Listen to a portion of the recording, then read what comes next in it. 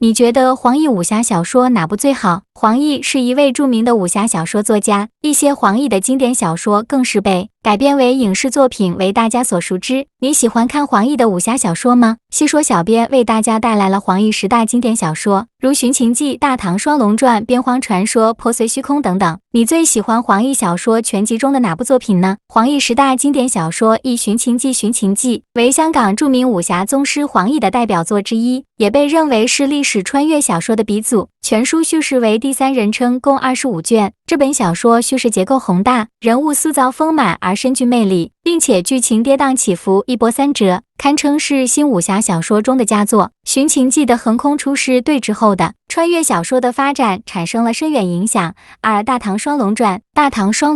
是云南人民出版社等出版社出版的图书，创作于20世纪，作者是香港新武侠小说宗师黄易，也是其代表作之一。这本以隋末历史为背景的长篇武侠小说，讲述了隋末群雄割据年代，寇仲及徐子林2个小混混凭着出生之都的勇气，在乱世的洪流中力争上游。该书把历史背景、用兵之道、悱恻、爱情和武侠世界完美的结合起来，规模宏大，气势磅礴，情节跌宕起伏，景物描写引人入胜，为读者展开了隋末战火连绵、民不聊生、群雄纷争，有识之士出于对苍生的同情，为太平盛世而奋斗的感人画卷。3边荒传说。边荒传说是2006年在华文出版社出版的小说，该书作者是黄易。小说讲述了两晋南北朝五胡乱华之际，在淮水和泗水之间，一大片纵横数百里、布满废墟荒村，仿如鬼域的荒弃土地发生的故事。4破碎虚空。破碎虚空是云南人民出版社2009年出版的图书，是作家黄易写的武侠小说作品。这部小说中，黄易借大侠传音的经历，初次尝试了对天道的探求。整部小说描写简练，但情节紧凑，磅礴大气，出现了玄幻武侠题材的奇幻瑰丽之美。5云梦城之谜。云梦城之谜是黄易2006年全新长篇小说，也是他第一次全新作品在时报出版，实际总计40万字。云梦城之谜带你穿梭明朝弄臣历史，情节媲美寻秦记，江湖人物与朝廷权势绵密勾织，耐人寻味，更胜大唐双龙传。华人武侠小说年度大作不可错过6封神记。封神记是作者黄易向还珠楼主的《蜀山剑侠传》致敬之作。在遥不可及的远古年代里，人类与神曾经共存于同一片大地，分享一样的天空，世世代代千百年来，当每一个人都对神敬畏膜拜，当每一个人都认为受神劳役是理所当然的事，他选择了一条不一样的路，他要以凡人的身份向众神挑战。